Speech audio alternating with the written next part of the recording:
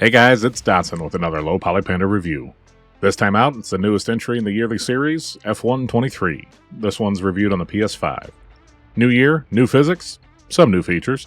Is it new enough? Let's get into it.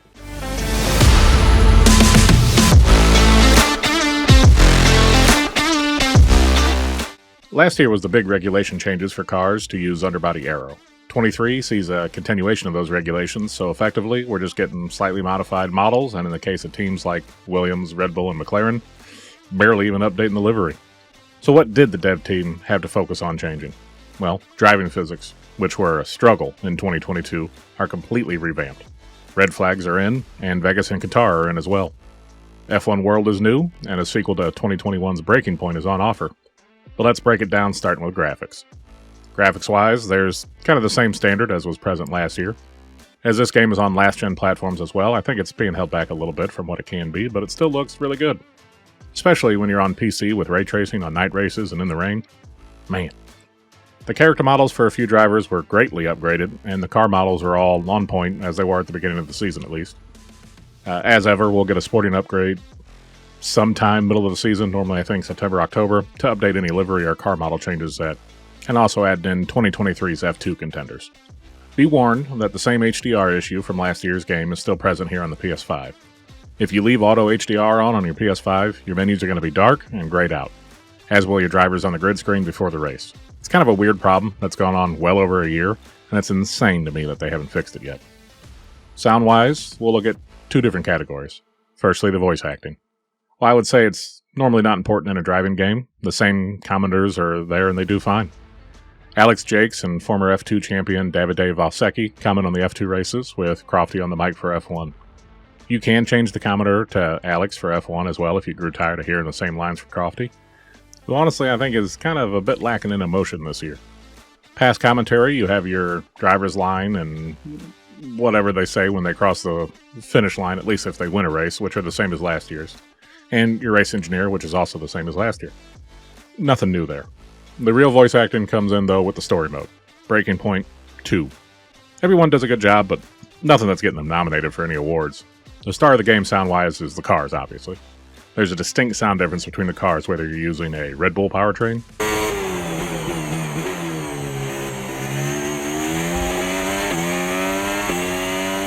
Ferrari,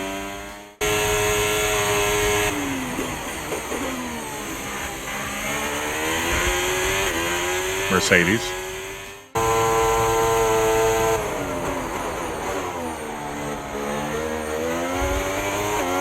Renault,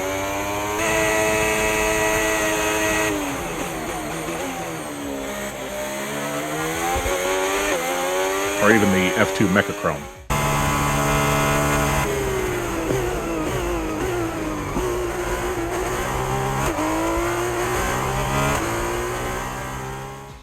Man, I really love that Mechachrome sound with the overrun and the little pop it has. Nothing like a huge amount of boost, rich fuel, and short exhaust at high heat to make it a real lovely soundtrack. But how's the driving? Way better. Like, not even comparable to 22. On 22, you were on ice, and they felt more like drift cars than F1 cars. F1 23 is insanely improved.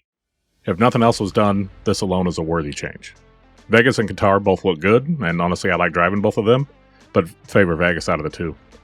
If you're looking for a new driver career or my team experience, it ain't here. Nothing has changed there at all. F1 World is the new feature this year, which I love, even though it has some flaws. F1 World has daily and weekly challenges, series, and races for you to compete in, which all affect your driver safety rating, and helps you upgrade your car's tech level, which directly affects performance in F1 World.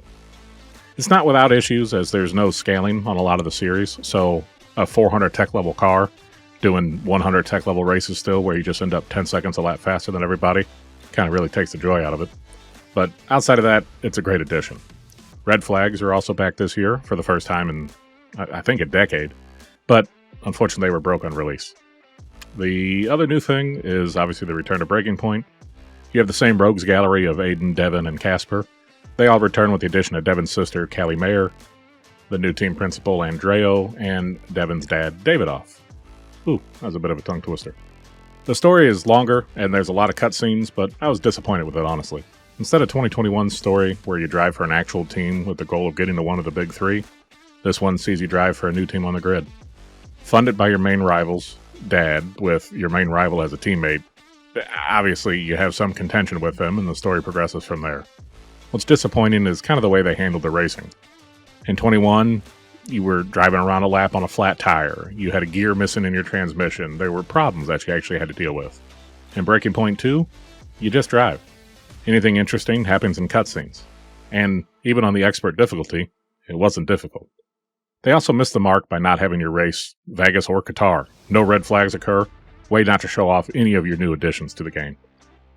To sum it all up, if you're getting this game for Breaking Point, wait for a big sale.